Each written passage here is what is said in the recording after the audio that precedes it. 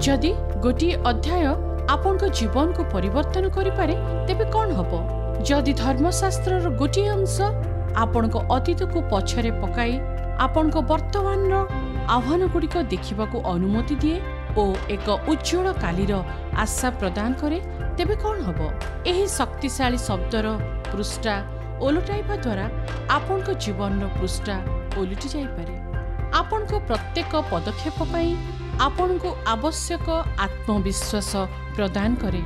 ईश्वर वाक्य रे ईश्वर इच्छा निहित अछि, ताहा आपण भितरे नूतन जीवन देव। जो अलौकिक प्रतिज्ञा दाबी करने को अपेक्षा करिछु, जो प्रतिज्ञा को प्रत्याख्यान करा जाय न पारे, आपण एकाकी नुहंती, आपण जत्न निया जिवो। जो प्रतिज्ञा निमंते आपण मनोनीत और ईश्वर द्वारा आहूत अटंती। 2000 वर्ष पूर्वे जहा अलौकिक रीति रे लेखा जाय अछि, सुंदर भावरे रचित, अति सरल भाषा रे वर्णित, ताहा कौन विश्वास करबा कष्टकर? दिग परिवर्तन कार्यक्रम देखुथिबारु धन्यवाद। नमस्कार, मु डेविड जेरेमिया। मु धारावाहिक भावे रोमियो 8 पूर्व शिक्षा देवाक जाउची, जहाँ बाइबल रो महान अध्याय दिग परिवर्तन रे। किंतु प्रथमे विशेष संवाद देवाक चाहे, सेथिर शीर्षक है लिखित वाक्य, जो आत्मिक अभ्यास को अनेक विश्वासी भूली जाइछन्ति। एही शीर्षक ईश्वर वाक्य को हाथ में लिखा विषय आम को कहे। आज शिक्षा आविष्कार करवा जे इस्राएल प्रथम राजा को परमेश्वर मूसा द्वारा देइथिबा व्यवस्था को राजा माने निज हाथ में लिखापी कही। कहीं लिखा आवश्यक, सेथिर 4टी मौलिक कारण अच्छी। से कारण आम निमंते प्रযোज्य, ताहा मो जीवन में मु अभ्यास करिछि। जो ईश्वर वाक्य मो हाथ में मु लिखुछि, ताहा मो हृदय रे लेखि रखि पारुछि। तेणु आज मु आपन को आह्वान करुछि, ए आत्मिक अभ्यास करिबा पई आम सब जोग दियंतु। आजिर कार्यक्रम रे डॉक्टर डेविड जेरेमिया ठारू सुनंतु लिखित वाक्य।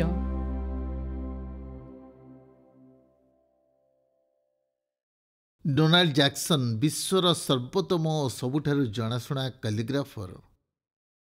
से युक्तराष्ट्र, ग्रेट ब्रिटेन और उत्तर अंटार्कटिका क्राउन ऑफिस रे सरकारी लेखक और कैलीग्राफर थिले। रानी एलिजाबेथ को समस्त सरकारी दस्तावेज रखिबा पई से दायित्व रे थिले। तांको बड़ सफलता हैला छोट पिलारू स्वप्न देखिथिबा प्रकल्प से आरंभ करिथिले। ताहेला तांको आलोकित करुवा हाथ लेखा बाइबल। यह प्रकल्प 1990 मसीह से आरंभ करथिले। न्यू मेक्सिको रे एक सभारे जोगदेवा समय एक हाथ लेखा बाइबल किपरि देखा जाई पारे किछि वर्ष परे सेंट जेम्स आबिक को यात्रा कले। सेठाकार साधुमान को यही प्रकल्प विषय से समान को शिक्षा देले। 1998 रे ताहा कार्यक्षम हैला।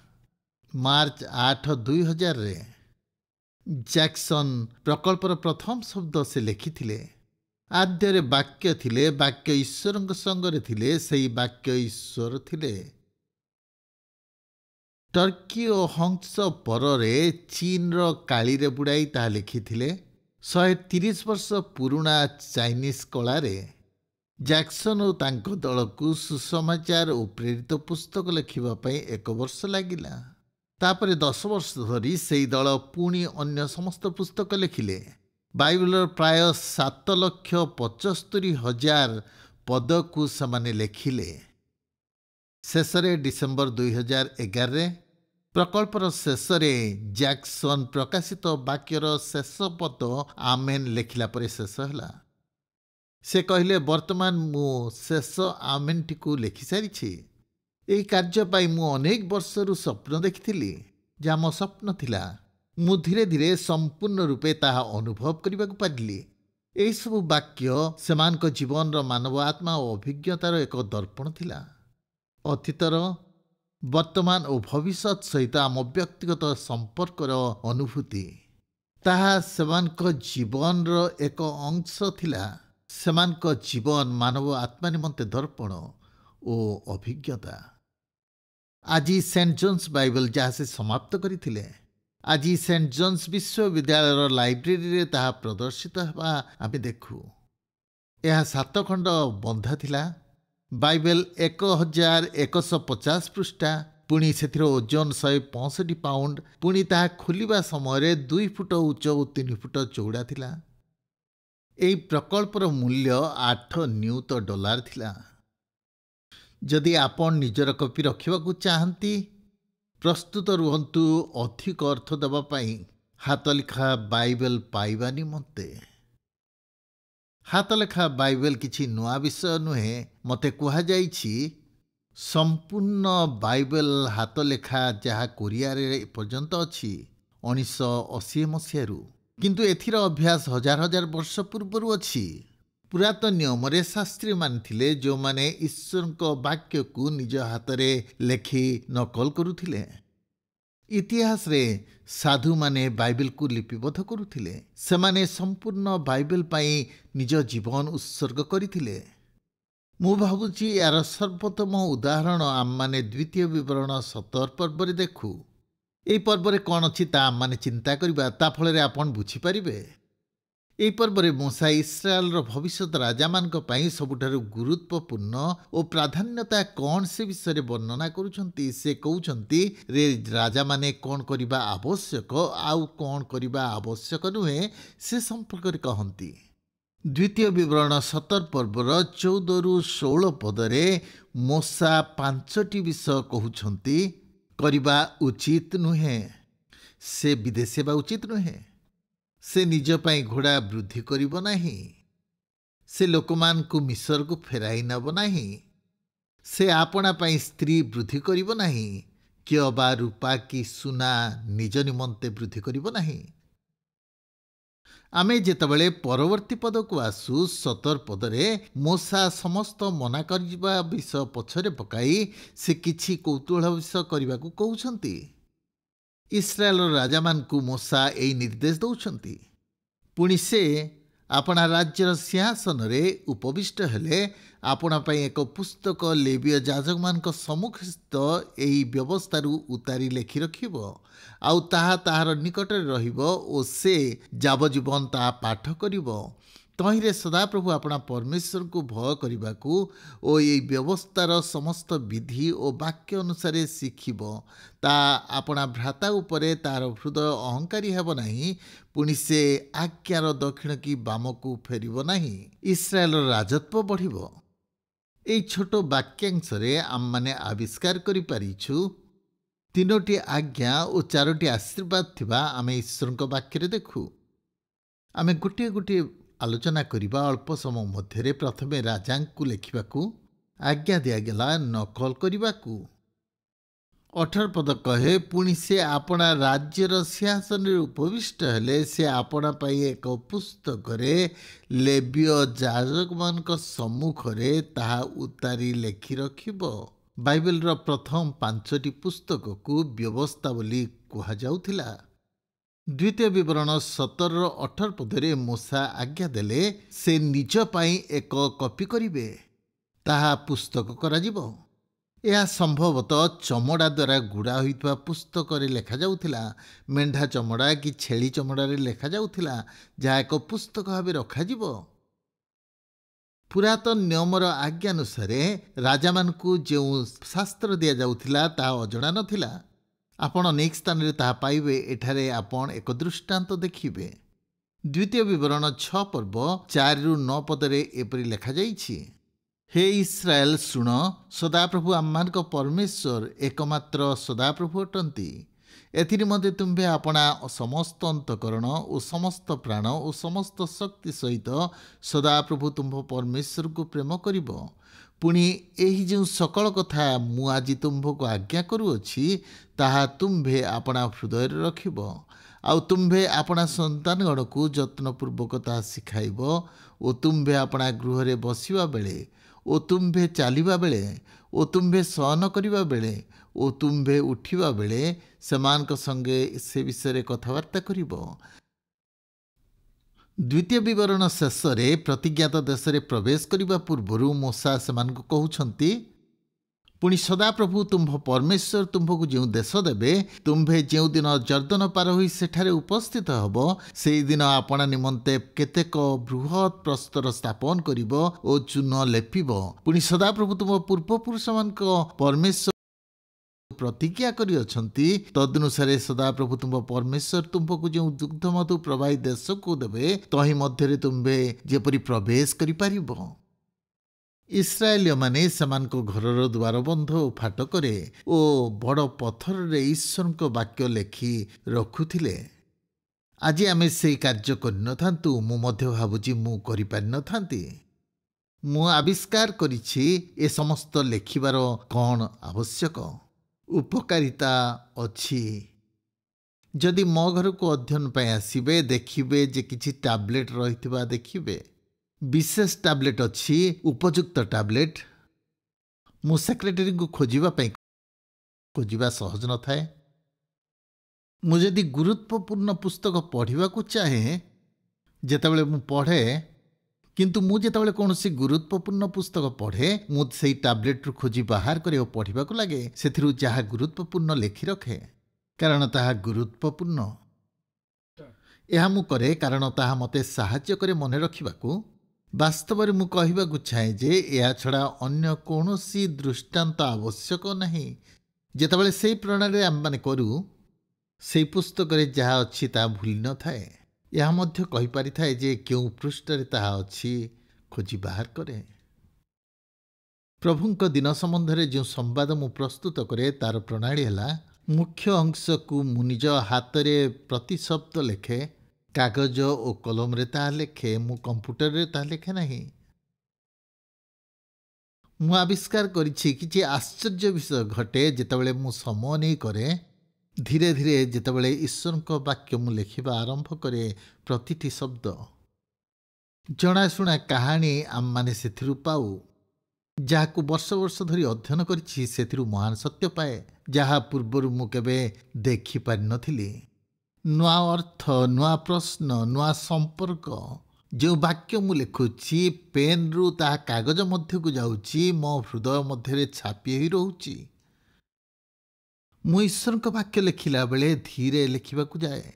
केते जण जानिछंती मते यह करिबा यह अति कष्टकर विषय। मु शीघ्र करबा अपेक्षा धीरे करे केते जण आपनको मध्यरु मो पाखरे धीर गियर नहीं द्वितीय कि तृतीय गियर मु पकाए। ईश्वर को वाक्य लिखिला बेले मु धीरे लेखे। एई सप्ताह मु देखुथिली जे लोक माने तांको स्मार्टफोन को प्रति 12 मिनिट रे थरे देखंती। 71% लोक स्मार्टफोन बंद करती नहीं। 40% लोक सेमानकर स्मार्टफोन सकाळे उठिबा समय देखंती। किछि समय अन्य आड़े मन दे ईश्वर को वाक्य लिखिबा आश्चर्य विषय रोमांचकर जहा जगतर टेक्नोलोजी उपरे केंद्रीभूत होई अछि। इलेक्ट्रॉनिक विषय दूर रखंतु। मौलिक ज्ञान बाइबल और कलम सहित बसंतु। आपण प्रस्तुत हुअंतु किछि करिबा पई परिवर्तनकारी जीवन। धीरे धीरे ईश्वर को वाक्य लिखिबा आपण को आत्मा पाई उत्तम आपण को चिंता निमंते उत्तम। आपण जानते कि विज्ञान प्रमाण दिए जे कागज खंडरे लिखिबा द्वारा आपण को मस्तिष्क रे लिपिबद्ध हुए और ताहा सहजरे पुनरावृत्ति होई आपण को मन रहे। जदि जहाँ लिखुछंती मने रखिबा को चाहंती लिखि रखंतु। मो समय मु काहाकू साहाय्य करि पारि नहीं। मु स्कूल रे जेतेबेले कोनोसी भूल करे मो शिक्षक मते 100 थर से विषय लिखिबा को कहंती। मु क्लास रे कथा भी नहीं बोली 100 थर लिखिबा को कहंती। मने अछि कि ताहा करिबा द्वारा कोन करिबा को चाहुथिले सेथिरे उद्देश्य ला जेपरि ताहा मु आउ करिबि नाही। मु निश्चित जे किछि मात्रा रे सेथिर प्रभाव पड़िबो जदि आपण ताहा एकाधिक थर करिबे। प्रथम विषय मूसा नुआ राजा को करिबा पाई कहिले ताहेला से माने निज पाई पुस्तक रे ईश्वर को वाक्य लेखिबे। ताहांकु ताहा करिबा आवश्यक थिला कारण कार्य करिबा निमंते शास्त्री माने ओ जाजक माने दायित्व रे थिले। यह आउ ଅନ୍ୟ କାହା ନିମନ୍ତେ ନଥିଲା, ତାଙ୍କ ନିମନ୍ତେ ସେ ଯେପରି ସେ ସେଥିରୁ ଶୃଙ୍ଖଳିତ ହେବେ। ତାପରେ ବାଇବେଲ କହେ ସେ କେବଳ ଈଶ୍ୱରଙ୍କ ବାକ୍ୟ ଲେଖିବେ ନାହିଁ କିନ୍ତୁ ତାହା ବହନ କରିବେ। ଦ୍ୱିତୀୟ ବିବରଣ 17:19 କହେ ଆଉ ତାହା ତାହାର ସହିତ ରହିବ। ଯେଉଁ ସ୍ଥାନକୁ ରାଜା ଯାଉଥିଲେ ସେ ତାହା ନିଜ ବ୍ୟକ୍ତିଗତ କପି ନେଇକି ଯିବେ।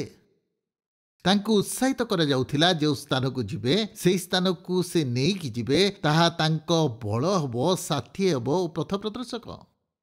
କର୍ନେଲିୟସ୍ ପ୍ଲାଣ୍ଟିଙ୍ଗା ତାଙ୍କ ପୁସ୍ତକ ରିଡ଼ିଂ ଫର୍ ପ୍ରିଚିଂରେ ସେ ମୃତ୍ୟୁଦଣ୍ଡ ଭୋଗ କରିବା ସମୟରେ ଏକ କାହାଣୀ କହିଥିଲେ।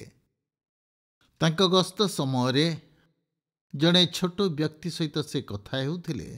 ତାଙ୍କ ଚଷମା ପୁଣି ତାଙ୍କ କଥାବାର୍ତ୍ତାରୁ ଜଣାପଡ଼ୁଥିଲା ସେ ଜଣେ ପ୍ରଫେସର ପରି ଲାଗୁଥିଲେ। ପ୍ଲାଣ୍ଟିଙ୍ଗା ପଚାରିଲେ କିପରି ସମୟ ଅତିବାହିତ କରୁଛନ୍ତି। ସେହି ବ୍ୟକ୍ତି ବାଇବେଲ ଉଠାଇ କହିଲେ ମୁଁ ଏଇ ବାଇବେଲ ପଢ଼ୁଛି। ଶୁଣନ୍ତୁ, ସେ କହୁଛନ୍ତି ମୁଁ ତାକୁ ପଢ଼ୁଛି। ମୁଁ ଖୁସି ଯେ ମୁଁ କେବେ ତାର ମୂଳ ପର୍ଯ୍ୟନ୍ତ ଯାଇପାରିବି ନାହିଁ। ତାପରେ ସେ ଯାହା କହିଲେ ପ୍ଲାଣ୍ଟିଙ୍ଗା ତା ଭୁଲି ପାରିଲେ ନାହିଁ। ସେ କହନ୍ତି ତୁମେ ଜାଣ ପୃଥିବୀରେ 2 ବିଲିୟନ ଖ୍ରୀଷ୍ଟିଆନ ଅଛୁ। ଯଦି ଆମ ମଧ୍ୟରୁ କେହି କିଛି ଉତ୍ତମ କାର୍ଯ୍ୟ କରୁଛନ୍ତି ସେଥିର କାରଣ ହେଲା ଆମ ପୁସ୍ତକ। ସେଥିର ଗୋଟିଏ କପି ମୋ ପାଖରେ ଅଛି। ପ୍ଲାଣ୍ଟିଙ୍ଗା ବାଇବେଲକୁ ଅବମାନନା କରୁଛନ୍ତି ବୋଲି କହିଲେ, କାରଣ ସେ ବାଇବେଲର ଗୁରୁତ୍ୱକୁ ଉପଲବ୍ଧି କରିପାରିନଥିଲେ। ଯଦି ଏହାକୁ ଧର୍ମତତ୍ତ୍ୱବିତ୍ ଅତ୍ୟନ୍ତ ସୁସଜ୍ଜିତ କରି କହିଥାନ୍ତେ ମୁଁ ଆଜି ସମସ୍ତଙ୍କୁ କହିବି ଏହା ଅବମାନନା। ତାର ଶକ୍ତି ଓ ସାମର୍ଥ୍ୟକୁ ଆମ ଜୀବନରେ ଅଣଦେଖା କରିଥାଉ। ଈଶ୍ୱରଙ୍କ ବାକ୍ୟ ଅଧ୍ୟୟନ କରିବା ବିଷୟରେ କହିଲା ବେଳେ ମୁଁ ନିଜକୁ ଦୋଷୀ ମନେ କରେ, କାରଣ ମୁଁ ନିଜେ ସେତିକି ଅଧ୍ୟୟନ କରିପାରିନଥାଏ। କିନ୍ତୁ ଆଜି ଆମେ କ'ଣ କହିବାକୁ ଚାହୁଁଛୁ ତାହା ହେଲା ଆମେ ସମସ୍ତେ ଈଶ୍ୱରଙ୍କ ବାକ୍ୟକୁ ଧ୍ୟାନ କରିବା ଆବଶ୍ୟକ। ବାଇବେଲର ସମସ୍ତ ପ୍ରତିଜ୍ଞା ଅଧ୍ୟୟନ କରିବା ଦ୍ୱାରା ଯେଉଁ ଉପକାର ପାଉ ସେଥିର ଅପେକ୍ଷାରେ ଆମେ ଅଛୁ, ତାହା ପାଇବା ପାଇଁ ଅପେକ୍ଷାରେ ଅଛୁ। ରାଜା ଈଶ୍ୱରଙ୍କ ବାକ୍ୟ ଲେଖିବେ, ସେ ଈଶ୍ୱରଙ୍କ ବାକ୍ୟ ବହନ କରିବେ, ବାକ୍ୟ ପ୍ରତି ନିଜକୁ ସମର୍ପଣ କରିବେ। ସେ ତାଙ୍କ ଜୀବନ ସାରା ଈଶ୍ୱରଙ୍କ ବାକ୍ୟ ଅଧ୍ୟୟନ କରିବେ। ରାଜା ବଞ୍ଚିଥିବା ଯାଏ ଈଶ୍ୱରଙ୍କ ବାକ୍ୟ ଅଧ୍ୟୟନ କରିବେ ଉତ୍ସାହଜନକ ବିଷୟ ନୁହେଁ କି? ମୁଁ ଜଣେ ବ୍ୟକ୍ତିଙ୍କ କାହାଣୀ କହିବି ଯିଏ ପ୍ରତିଦିନ ବାଇବେଲ ଅଧ୍ୟୟନ କରୁଥିଲେ।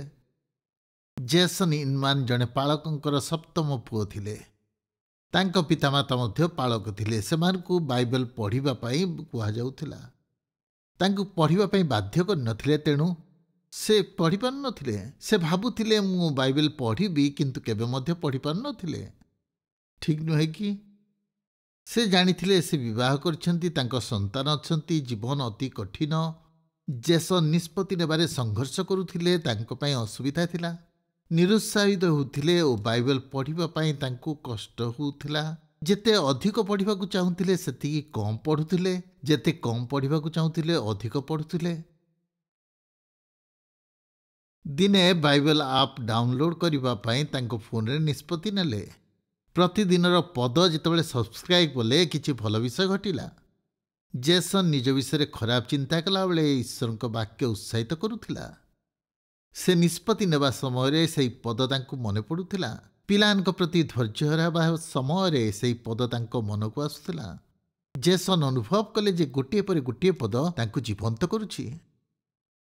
ଜେସନ୍ କହୁଥିଲେ କିଛି ବର୍ଷ ପୂର୍ବେ ମୁଁ ବାଇବେଲ ପଢ଼ୁଥିଲି ମୁକ୍ତ ହେବା ପାଇଁ। ଆଜି ମୁଁ ପ୍ରତିଦିନ ପଢ଼ୁଛି, ତାହା ଆବଶ୍ୟକ କରେ, ମୁଁ ଭଲ ପାଏ ଓ ମୁଁ ପଢ଼ିବାକୁ ଚାହେଁ। ମୁଁ ଚାହେଁ ଆପଣ ତାହା ଦେଖନ୍ତୁ ଯେ ସେଥିରେ ଉଦ୍ଦେଶ୍ୟ ରହିଛି ଆମମାନଙ୍କ ପାଇଁ, ଏ ସମସ୍ତ ରାଜାଙ୍କ ପାଇଁ। କରିବାକୁ କୁହାଗଲା ତାହା ଲେଖିବେ, ବହନ କରିବେ ଓ ସମର୍ପଣ କରିବେ। ସେମାନଙ୍କୁ କାର୍ଯ୍ୟସୂଚୀ ଦିଆଯାଇନଥିଲା, ତାହା ଈଶ୍ୱରଙ୍କ ଆଶୀର୍ବାଦର ପୂର୍ବସୂଚୀ ଥିଲା। ସର୍ବଶକ୍ତିମାନ ଈଶ୍ୱର ଯେଉଁ ସମସ୍ତ ଆଶୀର୍ବାଦ ଢାଳିବେ ତାହା ହେଲା ଆସନ୍ତୁ ତାହା ଆମମାନେ ପଢ଼ିବା, ଆଉ ତାହା ତାହାର ନିକଟରେ ରହିବ ଓ ସେ ଯାବଜୀବନ ତାହା ପାଠ କରିବ। ତହିଁରେ ସଦାପ୍ରଭୁ ଆପଣା ପରମେଶ୍ୱରଙ୍କୁ ଭୟ କରିବାକୁ ଓ ଏହି ବ୍ୟବସ୍ଥାର ସମସ୍ତ ବାକ୍ୟ ଓ ବିଧି ପାଳନ କରିବାକୁ ଶିଖିବ। ଆପଣା ଭ୍ରାତୃଗଣ ଉପରେ ତାହାର ହୃଦୟ ଅହଙ୍କାରୀ ହେବ ନାହିଁ, ପୁଣି ସେ ଆଜ୍ଞାର ଦକ୍ଷିଣ କି ବାମକୁ ଫେରିବ ନାହିଁ। ତହିଁରେ ଇସ୍ରାଏଲ ମଧ୍ୟରେ ତାହାର ଓ ତାହାର ସନ୍ତାନଗଣର ରାଜତ୍ୱର ଦିନ ବଢ଼ିପାରିବ। ଯେଉଁମାନେ ଈଶ୍ୱରଙ୍କୁ ଭୟ କରୁଛନ୍ତି ସେମାନେ ଚାଲିଯିବେ। ଆପଣ ନମ୍ର ହୋଇ ଆପଣା ବନ୍ଧୁ ଓ ପରିବାର ପୁଣି ଶତ୍ରୁମାନଙ୍କୁ ପ୍ରେମ କରିବାକୁ ଚାହାନ୍ତି। ଆପଣ ସୁରକ୍ଷିତ ଭବିଷ୍ୟତ ଓ ସ୍ଥାୟୀ ଉତ୍ତରାଧିକାରର ବିଶ୍ୱାସରେ ବଢ଼ିବାକୁ ଚାହୁଁଛନ୍ତି। ଲିଖିତ ବାକ୍ୟରେ ନିଜକୁ ସମର୍ପଣ କରନ୍ତୁ। ସଦାପ୍ରଭୁ ପ୍ରତିଜ୍ଞା କରିଛନ୍ତି, ଯଦି ଆମେ ତାହା କରୁ। Joshua 1:7। ଏହି ବ୍ୟବସ୍ଥା ପୁସ୍ତକ ତୁମ୍ଭ ମୁଖରୁ ବିଚଳିତ ନ ହେଉ, ମାତ୍ର ତୁମ୍ଭେ ତହିଁର ଲେଖାନୁସାରେ ମାନିବାକୁ କରିବାକୁ ଓ ଦିବାରାତ୍ର ଧ୍ୟାନ କର।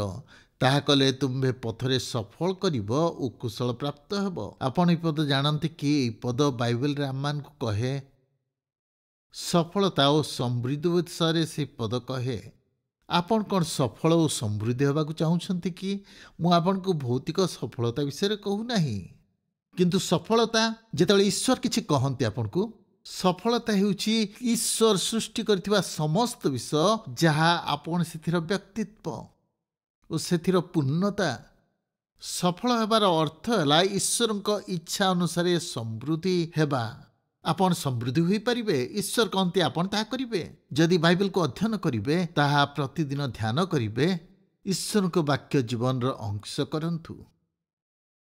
ପ୍ରିୟ ଭାଇ ଭଉଣୀ, ମୁଁ ଆପଣଙ୍କୁ କହିବାକୁ ଚାହେଁ ଆପଣ କରିପାରିବେ। ବାଇବେଲ ପରି କୌଣସି ପୁସ୍ତକ ପୃଥିବୀରେ ପ୍ରଭାବ ପକାଇ ନାହିଁ। ଏହା ଶକ୍ତିଯୁକ୍ତ ଓ ପ୍ରସିଦ୍ଧ ପୁସ୍ତକ ଏହି ପୃଥିବୀରେ। ଈଶ୍ୱରଙ୍କ ବାକ୍ୟ ପ୍ରତିଦିନ ଆପଣଙ୍କ ଜୀବନକୁ ବଳିଷ୍ଠ କରିବ।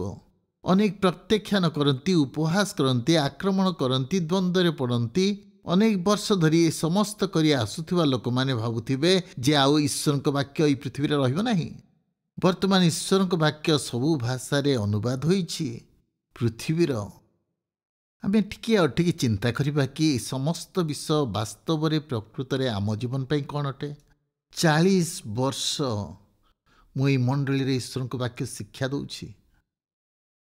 ଆପଣମାନେ ତାହା ସମସ୍ତେ ଶୁଣୁଛନ୍ତି, ଆଉ ମୁଁ ଏହା କରିବାରେ ଅତ୍ୟଧିକ ଆନନ୍ଦ ପାଉଛି ଓ କରିଚାଲିଥିବି। ବେଳେବେଳେ ମୁଁ ଭାବେ, ମୁଁ ଯେତେ ଈଶ୍ୱରଙ୍କ ବାକ୍ୟ ଶିକ୍ଷା ଦେଇଛି, ତାହା ହୃଦୟରେ ପ୍ରବେଶ କରିଛି। ଆପଣ ବାଇବେଲର ଛାତ୍ର ହେବା ସମ୍ଭବପର, ଆଦୌ ପରିବର୍ତ୍ତନ ହୋଇପାରିନାହାନ୍ତି। ଆମେ ବିଶେଷ ବୁଦ୍ଧିମାନ ହେବା ପାଇଁ ବାଇବେଲ ଅଧ୍ୟୟନ କରୁନାହୁଁ। ବାଇବେଲ ଅଧ୍ୟୟନ କରିବା ଦ୍ୱାରା ଆମେ ଭଲ ହୋଇପାରୁ। ବାଇବେଲ ଯଦି ମସ୍ତକରେ ପ୍ରବେଶ କରେ, ହୃଦୟରେ ପ୍ରବେଶ କରେ ନାହିଁ, ଆପଣଙ୍କ ଜୀବନରେ ପରିବର୍ତ୍ତନର ସୁଯୋଗ ଆପଣ ପାଇପାରିନାହାନ୍ତି। ମୁଁ ବାଇବେଲ ବିଷୟରେ ଆପଣଙ୍କୁ କିଛି କହୁନାହିଁ, କିନ୍ତୁ ଏଥିରୁ ଆମମାନେ ଯାହା ଶିକ୍ଷା କରିପାରିବା। ଆପଣ କହିପାରନ୍ତି ଯେ ବାଇବେଲର କିଛି ଅଂଶ ମୁଁ ବୁଝିପାରୁଛି, ସମ୍ପୂର୍ଣ୍ଣ ମୁଁ ବୁଝିପାରୁନାହିଁ। କିନ୍ତୁ ମୁଁ କହିବି, ଆମେ ଯେଉଁ ଅଂଶକୁ ବୁଝିପାରୁନାହୁଁ ତାକୁ ଛାଡ଼ି ଦେଇଥାଉ, କାରଣ ବୁଝିପାରୁନାହୁଁ। ତେଣୁ ମୁଁ ଅଧ୍ୟୟନ କରେ ଓ ଶିକ୍ଷା କରେ। ମୁଁ ପ୍ରତିଜ୍ଞା କରେ ଯେ ଯଦି ଆପଣ ତାହା ଅଭ୍ୟାସ କରିବେ ଓ ଆପଣଙ୍କ ଜୀବନରେ ପ୍ରୟୋଗ କରିବେ ଈଶ୍ୱରଙ୍କ ବାକ୍ୟ, ତାହା ଆପଣଙ୍କ ହୃଦୟ ମଧ୍ୟକୁ ଆସିବ। ହଠାତ୍ ଆପଣଙ୍କ ଜୀବନରେ କିଛି ଘଟିବା ଲକ୍ଷ୍ୟ କରିବେ, ତାହା ଆପଣ ନିଜେ ଆବିଷ୍କାର କରିପାରିବେ। ଏଠାରେ ଏ ସମ୍ପର୍କରେ ମୋର ଶେଷ ବକ୍ତବ୍ୟ ମୁଁ ଦେବାକୁ ଚାହେଁ। ପ୍ରତିଦିନ କରନ୍ତୁ। ପ୍ରତିଦିନ 5ଟି ପଦ ଲେଖି ଶିଖିବା ଅପେକ୍ଷା 20 ପଦ ଲେଖିବା ଭଲ। ରୋମିଓ ପୁସ୍ତକରେ 433ଟି ପଦ ରହିଛି। ଯଦି ଦିନରେ 5ଟି ପଦ ଲେଖିବେ, ଆପଣ 3 ମାସରେ ଶେଷ କରିପାରିବେ। ଆପଣ ନିଜ ହାତରେ ଲେଖିପାରିବେ ବାଇବେଲର ଗୁରୁତ୍ୱପୂର୍ଣ୍ଣ ପୁସ୍ତକକୁ। ଯଦି ଆପଣ ଗୋଟିଏ ଦିନରେ 1 ପଦ ପଢ଼ିବେ, ଆପଣ ଆପଣଙ୍କ ଲକ୍ଷ୍ୟରେ ପହଞ୍ଚିପାରିବେ। ଆପଣ କୌଣସି କଷ୍ଟ ନ କରି ତାହା ନିଶ୍ଚିତ ଭାବେ କରିପାରିବେ। ଯାହା କରନ୍ତୁ, ମନେ ରଖନ୍ତୁ, ଆପଣ ଈଶ୍ୱରଙ୍କ ବାକ୍ୟ ଅଧ୍ୟୟନ କରିବାର କାରଣ ହେଲା ଆପଣ ଜୀବନ୍ତ ବାକ୍ୟକୁ ଜାଣିପାରିବେ, ଯୀଶୁଖ୍ରୀଷ୍ଟ। ଏହା ଯୀଶୁଖ୍ରୀଷ୍ଟଙ୍କ ପ୍ରକାଶିତ ବାକ୍ୟ ଯଦି ହୋଇନଥାନ୍ତା, ଏହି ପୁସ୍ତକ ଆମ ପାଇଁ କିଛି ନୁହେଁ। ଆମେ ବାଇବେଲ ଅଧ୍ୟୟନ କରୁ ଯେପରି ଈଶ୍ୱରଙ୍କୁ ଜାଣିପାରିବା, ଯେ ଆପଣା ପୁତ୍ର ଯୀଶୁଙ୍କ ଦ୍ୱାରା ନିଜକୁ ପ୍ରକାଶ କଲେ। ଆମେ ବାଇବେଲ ପଢ଼ିବା ଦ୍ୱାରା ଈଶ୍ୱରଙ୍କୁ ଜାଣୁ, ଯୀଶୁଙ୍କୁ ଜାଣୁ, ତାଙ୍କ ଜୀବନ୍ତ ବାକ୍ୟ, ତାଙ୍କ ପ୍ରକାଶିତ ବାକ୍ୟ ଦ୍ୱାରା। ଯଦି ଆପଣ ଭୁଲି ଯାଇଛନ୍ତି ଯେ ଲିଖିତ ବାକ୍ୟ ଆପଣ କାହିଁକି ଅଧ୍ୟୟନ କରୁଛନ୍ତି, ତାହା କଷ୍ଟକର ବିଷୟ। ଈଶ୍ୱରଙ୍କ ଲିଖିତ ବାକ୍ୟରେ ଆପଣ ହଜିଯାଆନ୍ତୁ ନାହିଁ। ଏହା ଆପଣଙ୍କୁ ଜାଣିବା ନିମନ୍ତେ ଏକ ମାଧ୍ୟମ। ଜୀବନ୍ତ ବାକ୍ୟକୁ ଜାଣିପାରିବେ। ବହୁ ବର୍ଷ ପୂର୍ବେ ଇଂଲଣ୍ଡର ଅଭିନେତାଙ୍କୁ ତାଙ୍କ ପ୍ରମୁଖ ଅତିଥିମାନଙ୍କ ପାଇଁ କିଛି କହିବାକୁ କୁହାଗଲା। ସେ ସେମାନଙ୍କୁ ପଚାରିଲେ, ସେମାନେ କିଛି ବିଶେଷ ବିଷୟ ଶୁଣିବାକୁ ଚାହାନ୍ତି? କ'ଣ ଇଚ୍ଛା କରନ୍ତି? କିଛି ସମୟ ନୀରବତା ପରେ ଜଣେ ବୃଦ୍ଧ ପାଳକ ପଚାରିଲେ, ଆପଣ କ'ଣ କହିବେ ଆଜ୍ଞା? ମେଷପାଳକର ଗୀତ 23 ଗୀତ ସଂହିତା। ଭିନ୍ନ ଦୃଷ୍ଟିଭଙ୍ଗୀରେ ସେ ଦେଖିବାକୁ ଲାଗିଲେ। ସେ କିଛି ସମୟ ନୀରବ ରହି କହିଲେ, ହଁ ମୁଁ କରିପାରିବି, ଗୋଟିଏ ସର୍ତ୍ତରେ। ଯେତେବେଳେ ମୁଁ ଶେଷ କରିବି, ମୁଁ କହିଲା ପରେ ମୋର ବନ୍ଧୁମାନେ ତାହା ହିଁ କରିବ। ମୁଁ ସେଇ ବ୍ୟକ୍ତି ଆଶ୍ଚର୍ଯ୍ୟ ହୋଇ କହିଲେ, ମୁଁ ବକ୍ତା ନୁହେଁ, ଯଦି ଚାହୁଁଛନ୍ତି ମୁଁ କରିବି। ସେଇ ଅଭିନେତା ଗୀତ 23 ଆରମ୍ଭ କଲେ। ତାଙ୍କ କଣ୍ଠସ୍ୱର ଶୈଳୀ ଉତ୍ତମ ଥିଲା। ସେ ଶ୍ରୋତାମାନଙ୍କୁ ମନମୁଗ୍ଧ କରିଦେଲେ। ଯେତେବେଳେ ସମାପ୍ତ କଲେ, ଅତିଥିମାନେ ବଡ଼ କରତାଳି ଦେଇ ସ୍ୱାଗତ କଲେ। ଯେତେବେଳେ ଶେଷ ହେଲା, ବୃଦ୍ଧ ବ୍ୟକ୍ତି ଉଠି ସେଇ ଗୀତକ ସଂହିତା କହିଲେ। ତାଙ୍କ ସ୍ୱର ଉଲ୍ଲେଖନୀୟ ନଥିଲା, ତାଙ୍କ ସ୍ୱର ଭଲ ନଥିଲା। ସେ ଶେଷ କଲା ପରେ କେହି କରତାଳି ଦେଇନଥିଲେ। କୋଠରୀରେ କାହାର ଆଖି ଶୁଖିଲା ନଥିଲା, ମସ୍ତକ ନଇଁ ପଡ଼ିଥିଲା। ତାପରେ ଅଭିନେତା ପୁଣି ଠିଆ ହେଲେ। ବୃଦ୍ଧ ବ୍ୟକ୍ତିଙ୍କ କାନ୍ଧରେ ହାତ ରଖି ଥର ସ୍ୱରରେ କହିଲେ, ମୁଁ ତୁମ କାନ ଓ ଆଖିରେ ପହଞ୍ଚି ପାରିଛି ବନ୍ଧୁ। ସେ ହୃଦୟରେ ପହଞ୍ଚିଲେ। ପାର୍ଥକ୍ୟ କେବଳ ଏତିକି, ମୁଁ 23 ଗୀତ ଜାଣେ, ସେ ମେଷପାଳକଙ୍କୁ। ଭାଇ ଓ ଭଉଣୀ, ଆପଣ 23 ଗୀତ କେବଳ ଜାଣନ୍ତୁ ନାହିଁ, ମେଷପାଳକଙ୍କୁ ଜାଣନ୍ତୁ। ଏପରି ଆପଣ ମେଷପାଳକଙ୍କୁ ଜାଣିପାରିବେ। ପ୍ରାର୍ଥନା କରେ। ହତାଶ ଓ ଚିନ୍ତାର ମଧ୍ୟ ଦେଇ ଯିବା ସମୟରେ ଆପଣ ଯେତେବେଳେ ଚିନ୍ତିତ ଅଛନ୍ତି, ସୁଯୋଗର ସଦ୍ବ୍ୟବହାର କରି ଆବିଷ୍କାର କରନ୍ତୁ କ'ଣ ଲିଖିତ ବାକ୍ୟ ଆପଣଙ୍କ ହୃଦୟରେ କରିପାରିବ।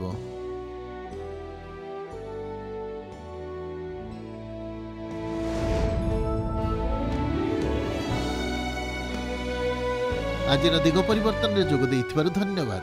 ଯେତେ ଈଶ୍ୱରଙ୍କ ବାକ୍ୟ ଅଧ୍ୟୟନ କରିବା, ସେତିକି ବୁଝିପାରିବା। ପ୍ରେମିକ ପିତା ଆମ ପ୍ରତ୍ୟେକଙ୍କ ସହିତ ସମ୍ପର୍କ ରଖିବାକୁ ଚାହାନ୍ତି ବ୍ୟକ୍ତିଗତ ଭାବରେ। ଯଦି ସେହି ସମ୍ପର୍କ ଅନନ୍ତକାଳ ରଖିବାକୁ ଚାହାନ୍ତି, ତାଙ୍କ ସହିତ ଅନନ୍ତକାଳ ରହିବାକୁ ଚାହାନ୍ତି, ଆପଣଙ୍କ ପାପ ନିମନ୍ତେ ଅନୁତାପ କରନ୍ତୁ ଓ ଯୀଶୁଖ୍ରୀଷ୍ଟଙ୍କୁ ନିଜ ପରିତ୍ରାଣକର୍ତ୍ତା ଭାବେ ଗ୍ରହଣ କରନ୍ତୁ। ଯଦି ବିଶ୍ୱାସର ପଦକ୍ଷେପ ଆଜି ନେବେ, ମୁଁ ଉତ୍ସାହିତ କରିବି। ଅନ୍ୟ ବିଶ୍ୱାସୀକୁ ଆପଣଙ୍କ ନିଷ୍ପତ୍ତି କୁହନ୍ତୁ। ବିଶ୍ୱସ୍ତ ସେବା କାର୍ଯ୍ୟ ଅବା ମଣ୍ଡଳୀ ଆପଣଙ୍କ ବିଶ୍ୱାସରେ ବୃଦ୍ଧି ପାଆନ୍ତୁ। ପ୍ରଭୁ ଆଶୀର୍ବାଦ କରନ୍ତୁ। ପରବର୍ତ୍ତୀ କାର୍ଯ୍ୟକ୍ରମରେ ଦେଖା ହେବ। ଏଠାରେ ଦିଗ ପରିବର୍ତ୍ତନ।